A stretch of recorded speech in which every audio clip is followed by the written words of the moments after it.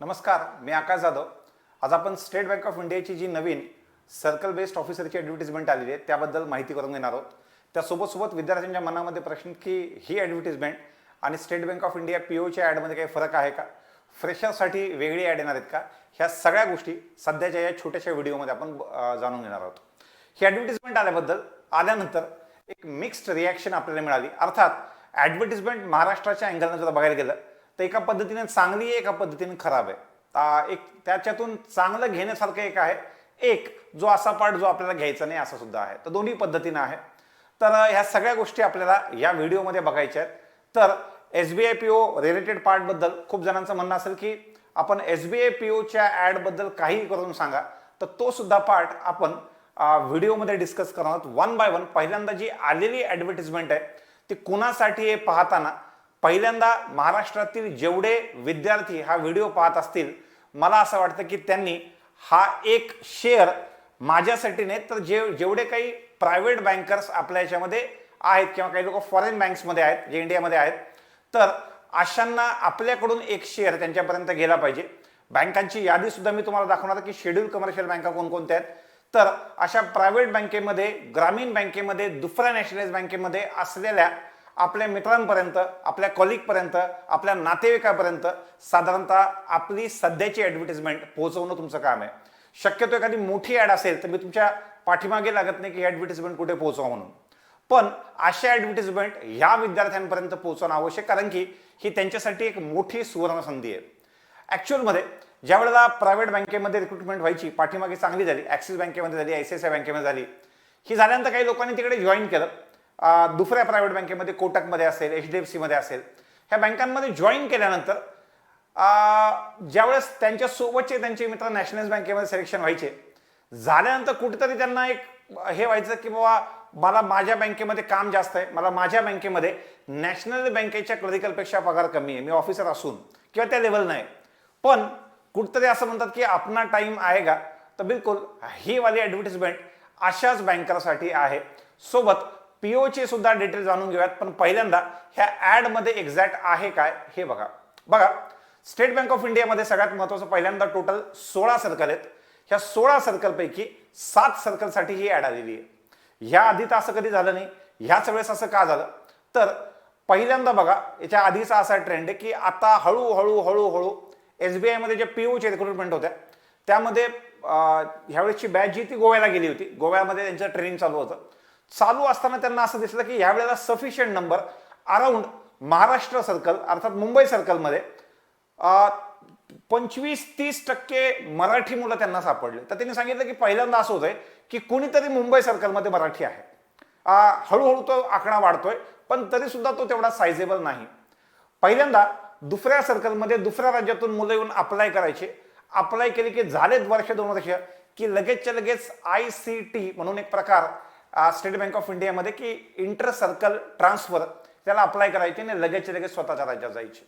दुसरं, काही लोकांना सिलेक्शन होत असताना सगळ्या भारतामध्ये इक्वली सगळीकडून होत नव्हते, तर काहींना जम्मू काश्मीर सरकार असेल किंवा इकडे नॉर्थ ईस्टमध्ये असेल ह्या साईडला जायला सोबत मल्टिपल सिलेक्शन असल्यामुळे मुलं तिकडे जाण्याऐवजी दुसरी एखादी बँक पकडायची, दुसरी इकडची एखादी बँक पकडायची की तेवढ्या दूर जाण्यापेक्षा इथले इथं बघूयात. आणि अशामध्ये काहींना ज्यांना ट्रान्सफर नाही मिळाली त्यावेळेला हे लोक दुसऱ्या ठिकाणी सिलेक्शन करून निघून जायचे. अर्थात पीओ म्हणून सिलेक्शन झाल्यानंतर सुद्धा खूप काळ स्टेट बँक ऑफ इंडियाला त्या लोकांची सर्व्हिस घेता येत नव्हती आणि ॲट्रिशन खूप जास्त होतं. तर सध्याला त्याच्यावर एक उपाय म्हणून त्यांनी हा मार्ग निवडलेला आहे. हा सगळ्या भारतासाठी रिक्रुटमेंट आहे का, सगळ्या सर्कलसाठी रिक्रुटमेंट आहे का, तर ही सगळ्या सर्कलसाठी रिक्रुटमेंट नाही, हे लक्षात घ्या. ही 16 पैकी फक्त 7 सर्कलला आहे.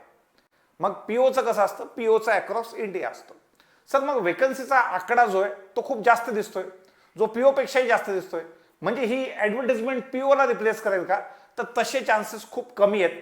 ही ॲडव्हर्टिजमेंट पीओला रिप्लेस करणार नाही, कारण की त्याच्यामध्ये मी तुम्हाला n नंबर ऑफ पॉईंट सांगू शकतो की पीओची रिक्रुटमेंट दरवर्षी कशी होते आणि ही रिक्रुटमेंट कोणत्या पद्धतीनं होणार आहे. आता यामध्ये झालं असं की स्टेट बँक ऑफ इंडियामध्ये एकापेक्षा एक नवीन डिव्हिजन्स बनल्यानंतर पाठीमागे एक ॲडव्हर्टिजमेंट आली होती micro market and financial inclusion वाला. तो FIचा जो डिव्हिजन आहे फायनान्शियल इन्क्लुजन, सध्याला त्याच्यामध्ये डिमांड सप्लायमध्ये गॅप खूप मोठा होता, त्याच्यामध्ये लोकांची कमी होती. तर त्यामध्ये स्टेट बँकेने ही एक इनोव्हेटिव्ह आयडिया आणली की याच्यातून दुसऱ्या बँकातले, भले मग ते प्रायव्हेट बँका असतील, दुसऱ्या नॅशनलाइज बँका असतील किंवा ग्रामीण बँका असतील, ह्या सगळ्यामधलं चांगलं टॅलेंट हे आपल्यामध्ये आलं पाहिजे, याच्या पद्धतीने ही ऍडव्हर्टिजमेंट जी ती बनवलेली आहे. चला तर खूप जास्त वेळ न घेता आपण पहिल्यांदा ऍडव्हर्टिजमेंट बघू आणि मग ह्या सगळ्या गोष्टी आणि त्यांचे इम्पॅक्ट जे त्याच्यानंतर बघूयात. तर बघा, पहिल्यांदा ह्या ऍडवर येऊयात. ही ऍडव्हर्टिजमेंट 3850 जागांसाठीची आहे. पोस्टचं नाव सर्कल बेस्ड ऑफिसर आहे. त्याचा जो ग्रेड किंवा स्केल आहे ते JMGS स्केल 1च्या लेवलनं त्यांना पगार मिळणार आहे. तर बघा, ह्याच्यासाठी एनी ग्रॅज्युएट पाहिजे, पर्सेंटेजची लिमिट नाहीये, एज लिमिट 30च्या आत पाहिजे, म्हणजे 2 वर्षाचा अनुभव तर ठीक आहे, पण वय सुद्धा 30च्या आतच पाहिजे. OBC 33, SC ST 35. त्यानंतर कंपल्सरी एक्सपिरियन्स जो आहे तो 1 ऑगस्ट 2020 पर्यंत, एज लिमिट सुद्धा 1 ऑगस्ट 2020 पर्यंत, कमीत कमी 2 वर्षाचा अनुभव शेड्यूल कमर्शियल बँक किंवा ग्रामीण बँकेमध्ये पाहिजे. आता या शेड्यूल कमर्शियल बँकेची यादी सुद्धा मी आणलेली आहे, तर ती यादी बघा, तुमची बँक त्याच्यामध्ये येते का हे बघा आणि त्या पद्धतीने ठरवा. त्यानंतर एक्झाम याच्यासाठीची सिलेक्शन प्रोसेस ही फक्त एक इंटरव्ह्यू आहे. इंटरव्ह्यू पेक्षा जास्त काही नाही. जर त्यांच्याकडे ऍप्लिकेशन जास्त आले तर त्यांनी सांगितले की आम्ही अशा केसमध्ये एक्झाम घेऊ शकतो. त्यानंतर इंटरव्ह्यू साठीची ही जी एक्झाम आहे, फक्त इंटरव्ह्यू बेसिसवर ही जी एक्झाम आहे, यामध्ये एक महत्वाची गोष्ट म्हणजे जेवढ्यांनी अप्लाय केलेला आहे तेवढ्या सगळ्यांचे इंटरव्ह्यू घेणार नाहीत. त्यापैकी त्यांची जी सिलेक्शनची टीम आहे, कमिटी आहे, ती स्क्रुटिनी करून त्यातले चांगले त्यांना जे वाटतील ते बायोडाटा काढतील आणि तेवढ्यांनाच फक्त तो कॉल पाठवतील. त्यामुळं आपला बायोडाटा किंवा आपला फॉर्म भरताना महत्वाची ती काळजी आपल्याला तिथे घ्यायची आहे. कसं ते आपण व्हिडिओच्या पुढे बघूयात. त्यानंतर लोकल लँग्वेजचा हा एक चांगला, मी म्हणतो ना की एक चांगली गोष्ट झाली, एक खराब गोष्ट झाली. त्यातली चांगली गोष्ट असं की मुंबई सर्कलमध्ये समजा तुम्हाला अप्लाय करायचं असेल तर आतापर्यंत व्हायचं असेल की ह्या 3850 पैकी महाराष्ट्रातले कॅन्डिडेट मला नाही वाटत की 100, 200 किंवा 250 पेक्षा ह्याच्या आधीच्या कोणत्या ऍडमध्ये असतील. पण हा क्रायटेरियाच टाकल्यामुळं की तुम्हाला लोकल लँग्वेज बोलता आली पाहिजे हा क्रायटेरिया नाहीये, तुम्हाला लोकल लँग्वेज ऐकल्यानंतर समजली पाहिजे हाही क्रायटेरिया नाहीये, आम्ही तुमची लोकल लँग्वेजची एखादी परीक्षा घेऊ सिलेक्शन झाल्यानंतर हाही क्रायटेरिया नाहीये, तुम्हाला 10वी किंवा 12वी मध्ये त्या स्पेसिफिक स्टेटची लोकल लँग्वेज आलीच पाहिजे किंवा ती तुमच्या सिलेबसमध्ये असलीच पाहिजे हा क्रायटेरिया आहे.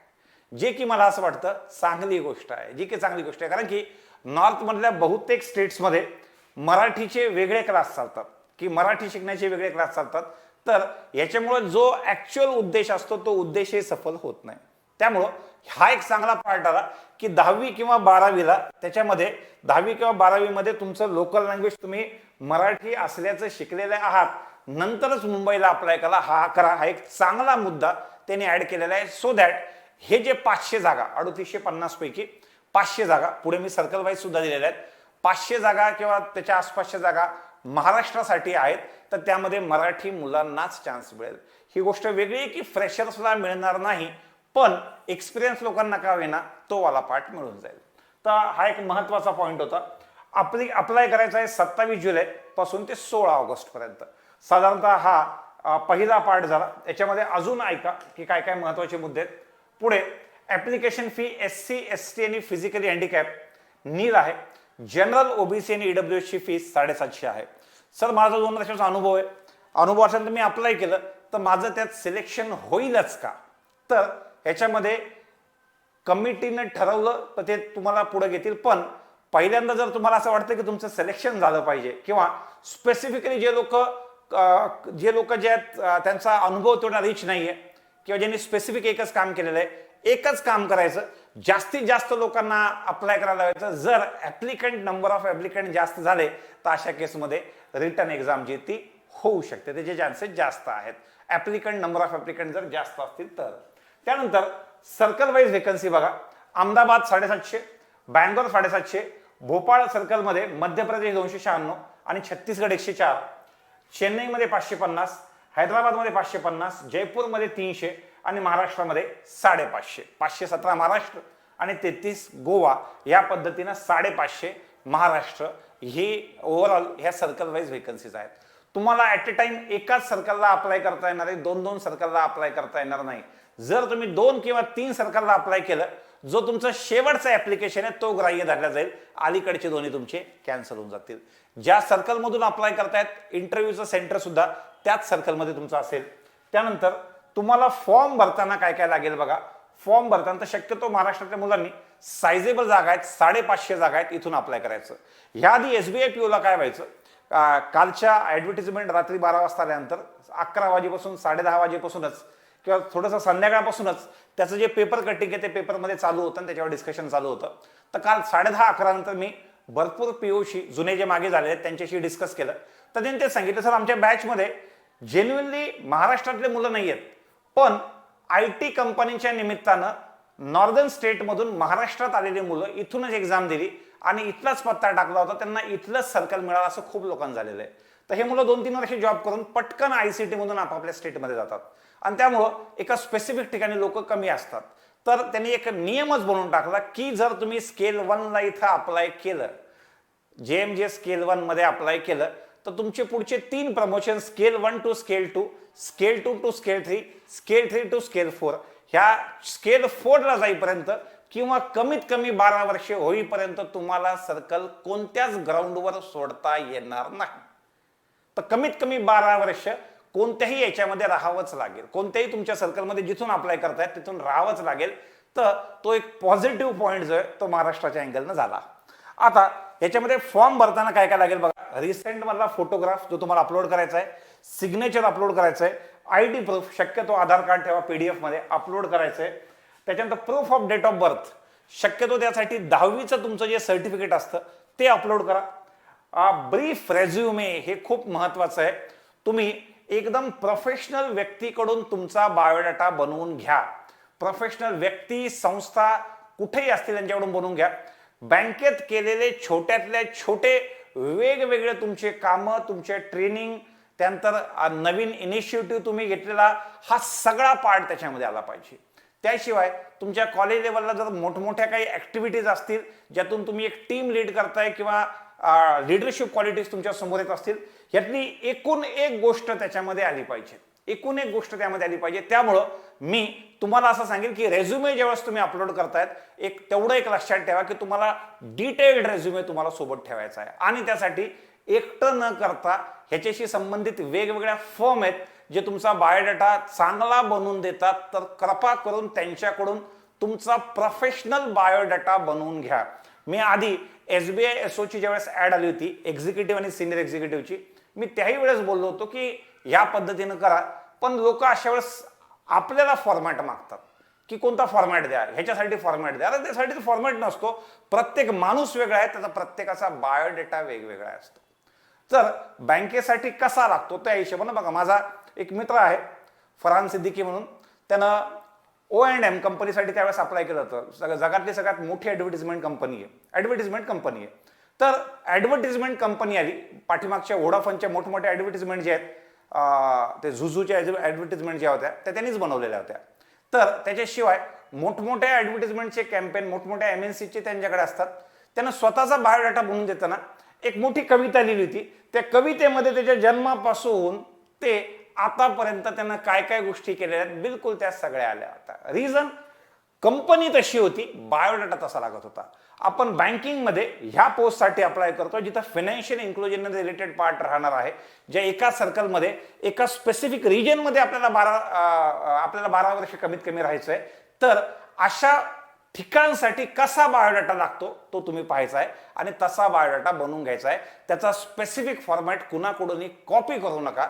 तुमचा स्वतःचा तो ओरिजिनल पाहिजे, ही माझी तुम्हाला विनंती होती. जे काही बँकर हा व्हिडिओ पाहतायत तो लोकल लँग्वेजचं सर्टिफिकेट म्हणजे तोच. समजा इथं 10वी असेल, 10वीमध्ये मराठी असेल आणि लोकल लँग्वेजला दोन्ही ठिकाणी 10वीची सनद ज्याच्यावर डेट ऑफ बर्थ असते इथे टाका आणि लोकल लँग्वेजसाठी सुद्धा तुम्हाला 10वीची सनद जोडता येईल. त्यानंतर एज्युकेशनल सर्टिफिकेट बाकीचे. प्रोफेशनल क्वालिफिकेशन म्हणलं की काही लोक तिथं म्हणतात सर MSCIT टाकू का?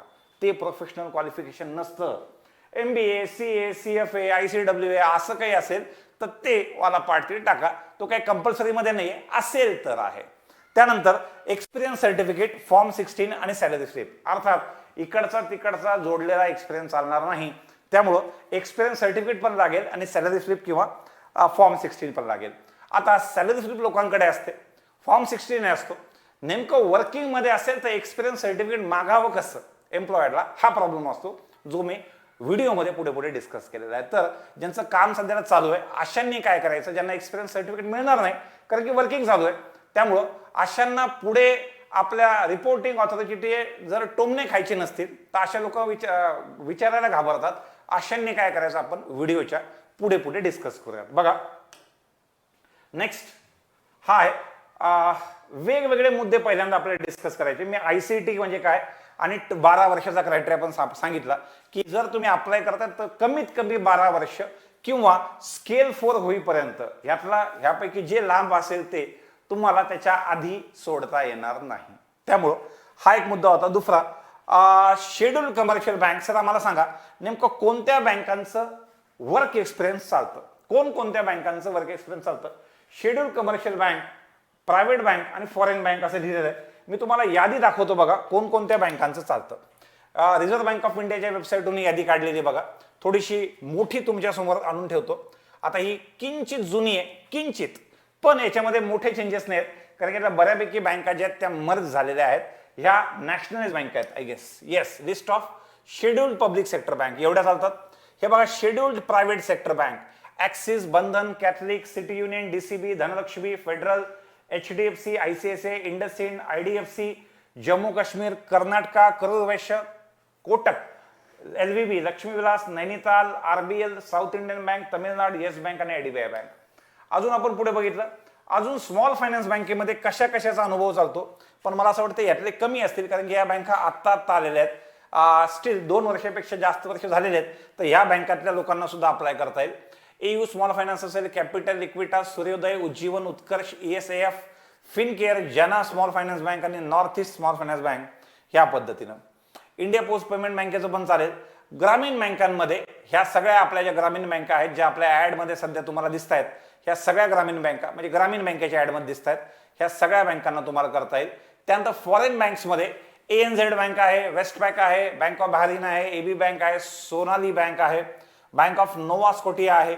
पण यातले किती लोक असतील त्याबद्दल HSBC आहे, यातल्या असलेल्या बँकांबद्दल मला डाऊट आहे. तर ह्या एवढ्या फॉरेन बँक ज्या आहेत या ठिकाणचाही एक्सपिरियन्स तुम्हाला चालू शकतं कारण की यांचाही भारतामध्ये RBIच्या हिशोबाने शेड्यूल्ड बँकांमध्ये ह्या बँका पडतात. तर ह्या ठिकाणचा अनुभव चालेल. कोऑपरेटिव्ह बँकांचा चालेल का, तर मी गुगलवर सुद्धा टाकलं की कोऑपरेटिव्ह बँकामध्ये त्या SCB शेड्यूल्ड कमर्शियल बँकांमध्ये येतात का, तर कोऑपरेटिव्ह बँकांमध्ये काही बँका कोरावर सुद्धा माहिती काढली तर या शेड्यूल्ड मध्ये येतात. पण असं कंप्लीट वाक्य मला दिसलं नाही, फक्त मला ही यादी दिसली जी आहे list of scheduled commercial bank. तर जे लोक आपल्या कोऑपरेटिव्ह बँकेमध्ये त्यांनी फक्त एकदा कन्सल्ट करा की आपली बँक SCB मध्ये शेड्यूल्ड कमर्शियल बँकेत पडते का. माझ्या अंदाजाने पडत नाही, पण स्टील एकदा तुम्ही बघून घ्या की कोऑपरेटिव्ह बँकेसाठीचं हे स्ट्रक्चर कसं असेल. त्यानंतर 2 मिनिट आपण आपल्याच पेजला आहोत. येस, तर हा सुद्धा मुद्दा डिस्कस झाला. Local language. बघा लोकल लँग्वेज इतकं कडक आणि स्पष्ट लिहिलं आहे त्यांनी की काही महाराष्ट्रीयन जे महाराष्ट्राच्या बाहेर राहतात पण मराठी एकदम चांगली येते त्यांना असे अप्लाय करू शकतात का, तर ॲडव्हर्टिजमेंटनुसार नाही. त्यानंतर those who do not have Marathi in 10th and 12th. काही लोक जे आहेत की ज्यांचे वडील समजा मिलिटरीमध्ये आहेत आणि वेगवेगळ्या ठिकाणी पोस्टिंगमुळे वेगवेगळ्या ठिकाणी जावं लागलं, पण इतकं स्पष्ट म्हणलंय त्यांनी की 10वी किंवा 12वीला मराठी म्हणजे लोकल लँग्वेज ती पाहिजे म्हणजे पाहिजेच. तर नियमानुसार बघायला गेलं तर त्यांना सुद्धा जिथे हिंदी लँग्वेज लागेल किंवा जिथं तुम्हाला जी दुसरी लँग्वेज येत असेल किंवा जी 10वी किंवा 12वीला जी वेगळी लँग्वेज तुमची असेल त्या लँग्वेजमधून किंवा त्या सर्कलमधून तुम्हाला अप्लाय करावं लागेल. तर लोकल लँग्वेज बद्दल हा मुद्दा होता. Experience certificate for currently working employ. बघा सगळ्यात महत्त्वाचं जे लोक सध्या वेगवेगळ्या प्रायव्हेट बँकेमध्ये आहेत, बाकी RRB मध्ये आहेत, तर आपल्या रिपोर्टिंग ऑथॉरिटी बॉसला विचारायला थोडंसं अवघड पडतं की मला वर्क एक्सपिरियन्सचं असं सर्टिफिकेट पाहिजे. त्यानंतर खूप जास्त टोमणे बसतात. जर सिलेक्शन नाही झालं तर एखाद्या वेळेस एखाद्या व्यक्तीला सासूचे टोमणे ऐकायला बरं वाटेल, पण तेच टोमणे पुन्हा पुन्हा ऐकायला कस तरी होतं. पण अशाही केसमध्ये शक्यतो हे कम्युनिकेशन व्हर्बल ठेवू नका, तुम्ही एक्सपिरियन्स सर्टिफिकेट नाही, कारण की तुम्ही बँक सोडलेली नाहीये. बँकेची पॉलिसी असते की सोडल्याशिवाय सर्टिफिकेट नाही, पण तुम्ही एवढं तर त्यांच्याकडून लिहून घेऊ शकता की ह्या एक्झामसाठी मला मी या बँकेमध्ये काम करतो, त्यामुळे एक्सपिरियन्स सर्टिफिकेट नाही. To whomsoever it may concern वी, की तेव्हा ते ह्या पद्धतीने एक फॉर्मॅट दिले की वी म्हणजे बँक, की हा एम्प्लॉई ह्या तारखेपासून आजपर्यंत आमच्याकडे ह्या पोस्टवर जो तो जॉबला आहे, आणि ज्यांना कुणाला हा डेटा वापरायचा असेल त्यांनी हा डेटा वापरू शकता. अशा पद्धतीने एक जे सर्टिफिकेट आहे ते बँकेला द्यावं लागेल, आणि ते बँक देईल असं मला वाटतं. त्या वेळेमध्ये त्या ठिकाणी तुमचा रिपोर्टिंग ऑथॉरिटी नाही म्हणेल, पण हेच कम्युनिकेशन मेलवर ठेवलं तर तुम्हाला ते सर्टिफिकेट निश्चित मिळेल. त्यामुळं ह्याच्यामध्ये ह्याला अप्लाय करताना पुढे मागे बघू नका, कारण की मी एक 2010 पासून आजपर्यंत पाहतोय ज्या लोकांना अनुभव आहे अशांसाठीची ह्या दशकातली ही सगळ्यात मोठी ऍडव्हर्टिजमेंट आहे, सगळ्यात मोठी ऍड ही आहे. तर एक्सपिरियन्स सर्टिफिकेट बद्दल जर नसेल म्हणजे जर तुम्ही वर्किंग आहे सध्याला, तर तुम्हाला तसं एखादं सर्टिफिकेट जे बनवून आणावं लागेल. काही जण म्हणतील की माझं 1 वर्ष जे हे नॉन शेड्यूल कमर्शियल बँकेतलं आहे आणि 1 वर्ष जे ते शेड्यूल कमर्शियल बँकेतलं आहे. चालणार नाही. 2 वर्ष, कमीत कमी 2 वर्ष अर्थात 24 महिने तुमचा एक्सपिरियन्स 2 काय 1000 बँकेमधला चालेल, 24 पैकी 24 बँकांचा चालेल, पण तो शेड्यूल कमर्शियल बँकेचा तेवढा अनुभव तुम्हाला लागेल. ठीक आहे, त्यामुळं तेवढं घ्यायचं. समजा त्याच्यानंतरही मिळतच नाहीये तुम्हाला सर्टिफिकेट, तर अशा वेळेला तुम्ही जॉईनिंग लेटरची कॉपी, पण मी म्हणेल सर्टिफिकेट आणाच, कसंही करून काढाच, पण त्यानंतरही मिळत नसेल तर त्या ठिकाणी अपलोड करत असताना जॉईनिंग लेटरची कॉपी जे तुम्हाला जे जॉईनिंग लेटर मिळेल त्याची कॉपी जे तेवढं अपलोड करून टाका. त्यानंतर एसबीआय पीओचं स्टेटस काय, त्याच्या आधी बघा, एसबीआय पीओच्या स्टेटसच्या आधी अजून जे मुद्दे आहेत त्याच्यामध्ये बघा की is this recruitment only for certain circle और अक्रॉस इंडिया. ही जी आहे सर्कल बेस्ड ऑफिसरची ही काही स्पेसिफिक 7 सर्कलला आहे, पण पीओची ऍड जी आहे ते अक्रॉस इंडिया येते, त्यामुळे दोघांमध्ये फरक आहे. त्याच्यानंतर बघा पीओची जी ऍड आहे त्यांचं कसं असतं की पीओची ऍड सिलेक्शन झाल्यानंतर त्यांना 2 वर्षाचं प्रमोशन असतं. यांना 6 महिन्याचं प्रमोशन आहे. एसबीआयचं 2 वर्षाचं प्रमोशन झालं की त्यांना एक एक्झाम होते, जर ती एक्झाम पास झालं की लगेच 2 वर्षामध्ये स्केल 2, नाही झालं तर स्केल 1. ह्यांना तसं काहीच नाहीये. प्रमोशन 6 महिन्याचं आहे आणि प्रमोशनसाठी दुसऱ्या वर्षामध्ये इमिजिएट एक्झाम नाही जी पीओला होते. त्यानंतर एसबीआयचं एक महत्वाचं डिपार्टमेंट आहे बघा मुंबईमध्ये काम करणारं CRPD, ज्याच्या ह्या वेगवेगळ्या ऍडव्हर्टाइजमेंट येतात. CRPD ही 20 नंबरची ऍड आहे. आता तिथं असलेल्या किंवा तिथं जुन्या असलेल्या काही मुलांना ज्यावेळेस मी बोललो त्यावेळेस त्यांनी सांगितलं, सर CRPD मध्ये आम्ही फोन करून ज्यावेळेस विचारलं की बाबा काय आहे कसं आहे स्टेटस, तर ही ऍडव्हर्टाइजमेंट आणि एसबीआय पीओ वेगळी आहे. एसबीआय पीओ कधी घ्यायचं याच्याबद्दलचं डिस्कशन अजून सुद्धा चालू आहे. तर एसबीआय पीओ आणि ह्या दोघां पार्टमध्ये वेगळं आहे. तुम्ही असंच सांगा ह्या दोन्ही ऍडव्हर्टाइजमेंट एक नाहीये, फक्त ही रिक्रुटमेंट लगेचच्या लगेच आली कारण की कोरोना काळामध्ये सध्याच्या अशा सिच्युएशन मध्ये ह्या टाईपच्या पोस्ट भरण्यासाठी त्यांना परमिशन्स आहेत. कारण की याच्या आधी तुम्ही बघा स्पेशलिस्ट कॅडरमध्ये मागच्या 2-3 महिन्यामध्ये एसबीआयनं खूप ऍड काढल्या. ही एसबीआयची या वर्षातली 20वी ऍड आहे, 20th ऍड आहे.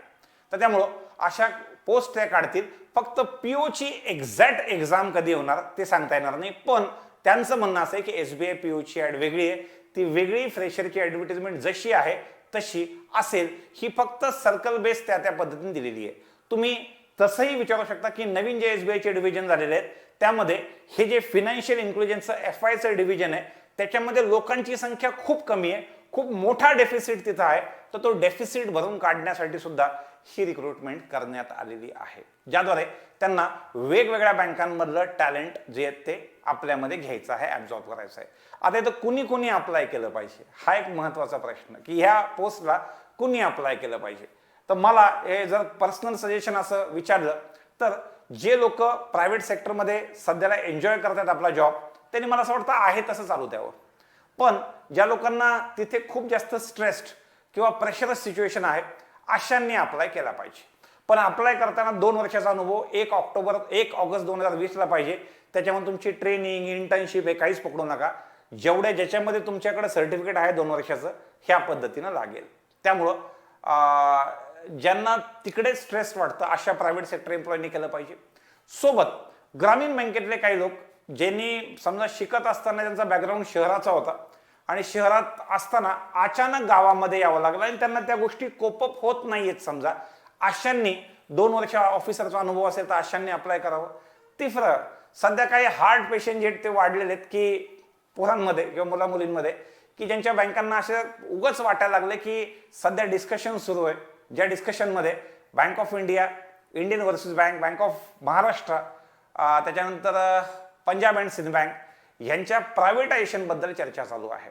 तर अशांना असं वाटलं की मला 2 वर्षाचा अनुभव आहे, मला इकडे आलं पाहिजे, कारण की SBI ही भारताची सगळ्यात मोठी बँक आहे. दुसरी गोष्ट म्हणजे गव्हर्नमेंट बिझनेस जास्त असल्यामुळे गव्हर्नमेंट जर प्रायव्हेटाईज करायचं असेल तर सगळ्यात शेवटचा ऑप्शन SBI कडे बघेल. किंवा गव्हर्नमेंटने 4-5 बँका सांगितलेल्या आहेत, त्यात बाकी कोणत्या बँका टिकतात का नाही टिकतात माहित नाही, SBI टिकणार आहे बस. अशांना सुद्धा यायचं असेल तर असे सुद्धा येऊ शकतात. याच्यामध्ये काहींचं म्हणणं हे असेल की माझा ह्या बँकांचा क्लरिकलचा असिस्टंटचा एक्सपिरियन्स आहे, तो चालेल का? त्यांनी स्पष्ट म्हणलेलं आहे ऑफिसरचा एक्सपिरियन्स. जर रिटर्न एक्झाम असली असती तर त्या ठिकाणी तुम्हाला एक स्टेज एक्स्ट्रा तरी मिळाली असती, पण जर असिस्टंटचा असेल आणि तुम्ही फॉर्म भरला तर मला असं वाटतं तो स्क्रुटिनी लेवललाच रिजेक्ट होण्याचे चान्सेस जास्त आहेत. तर अशा वेळेला ऑफिसर म्हणूनच एक्सपिरियन्स पाहिजे. काही प्रायव्हेट बँका ज्या असिस्टंटला सुद्धा ऑफिसर म्हणतात किंवा एंट्री लेवल असिस्टंट असेल त्यांना ज्युनियर ऑफिसर म्हणतात, जसं की ICICI बँक, त्याच्यावरची पोस्ट सिनियर ऑफिसर म्हणतात, पण म्हणताना ऑफिसरच म्हणतात. अशांना अप्लाय करता येईल, कारण की त्यांच्या पोस्टमध्ये किंवा ते जेव्हा वर्क एक्सपिरियन्स सर्टिफिकेट येतील त्यामध्ये ऑफिसर असं लिहून येईल, त्यामुळे त्यांचं ऑफिसर चालेल, भलेही ते असिस्टंट असतील. पण बाकी काही बँका ज्या स्पेसिफिकली असिस्टंट शब्दाचा वापर करतात ह्या मुलांना ते एक्सपिरियन्स जे ते चालणार नाहीये. तर ह्या पद्धतीनं आपण हे बघितलं. SBI ची ऍडव्हर्टिजमेंट बद्दल मी तुम्हाला सांगत होतो, याच्या पुढे काही आहे का एकदा पाहतो, नाही. तर या पद्धतीनं SBI च्या ऍडव्हर्टिजमेंट बद्दल SBI PO आणि ही वेगळी आहे. SBI PO पेक्षा एक नाही, वेगवेगळे मुद्दे जे आहेत हे काय काय पार्ट वेगळा आहे ते आपल्याला याच्यामध्ये कळेल. सोबत SBI ची दरवर्षी जी काही 2-2.5 आसपास PO ची ऍड येते ती ह्या वर्षी येईल का? तर ऍडव्हर्टिजमेंट येईल, पण टिपिकल लगेचच्या लगेच ह्या वर्षी येईल ह्याबद्दल सांगता येणार नाही. आणि ह्या वर्षात तशाही SBI च्या बाकी ऍडव्हर्टिजमेंट असल्यानं नेमकं कोणकोणत्या ऍड आहेत आणि कोणकोणत्या ऍड नाहीत आणि हा कोरोना इम्पॅक्ट किती काळ चालेल ह्याबद्दल आपल्याला आयडिया येणार नाही.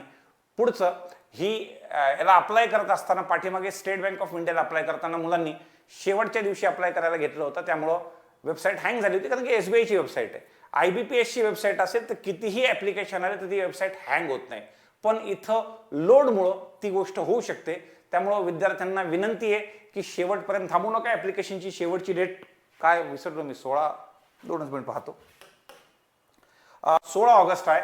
तर माझं असं म्हणणं आहे की 10 ऑगस्ट पर्यंत संपवून टाकायच्या सगळ्या गोष्टी. पण एक सगळ्यात मोठी ऍड भारतातल्या सगळ्यात मोठ्या बँकेमध्ये एंट्रीसाठी तुम्हाला मिळालेली आहे. फिनान्शियल इन्क्लुजनचा हा पार्ट असल्यामुळे तुम्हाला अक्रॉस महाराष्ट्र एक्सेप्ट मुंबई, कारण की जर खरंच PO ची ऍड असली असती तर मुंबईला किती PO लागतात, पण फिनान्शियल इन्क्लुजन हे जे सेगमेंट आहे हे मुंबईला नाहीच आहे. तुम्हीच बघा की ही ऍडव्हर्टिजमेंट मेट्रोज मध्ये किती मेट्रोला आलेली आहे. चेन्नई एक मेट्रो तुम्हाला दिसेल, पण बाकी याच्यामध्ये दिल्ली नाहीये, याच्यामध्ये कलकत्ता नाहीये. तर मोठे मेट्रो जे आहेत हे याच्यामध्ये नाहीच आहेत, मुंबई नाहीये याच्यामध्ये.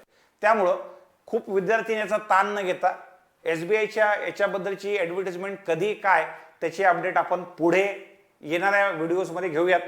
पण सध्याला IBPSचं सगळं कॅलेंडर तुमच्या समोर पडलेलं आहे. ग्रामीण बँकेची ऍड आलेली आहे, PO असिस्टंटची ऍड काही दिवसात येईल, ऍडव्हर्टिजमेंट येणं चालू झालेलं आहे. September onwards may be exam होणं चालू होऊन जातील. त्यामुळं अशांनी निराश न होता तुमचाही वेळ तुमचाही टाइम जो आहे तो पुढे येणार आहे. तर त्यामुळं आपापला अभ्यास जो आहे तो फ्रेशर मुलांनी कंटिन्यू ठेवायचा आहे. पण पुन्हा एकदा जे वर्किंग एम्प्लॉई आहेत अशांनी मॅक्सिमम मराठी क्राऊडमध्ये ह्या ऍडव्हर्टिजमेंटला जे ते पसरवायचं आहे. खाली डिस्क्रिप्शन लिंकमध्ये महत्त्वाचे सगळे PDF जे आहेत, ऍडचं नोटिफिकेशन काय, त्यानंतर शेड्यूल कमर्शियल बँकांची यादी काय, बाकी सगळी इत्थंभूत माहिती मी डिस्क्रिप्शन लिंकमध्ये टाकतो. ती एकदा सगळ्यांनी गो थ्रू करायची आहे. बाकी व्हिडिओ शेवटपर्यंत बघितल्याबद्दल खूप खूप धन्यवाद.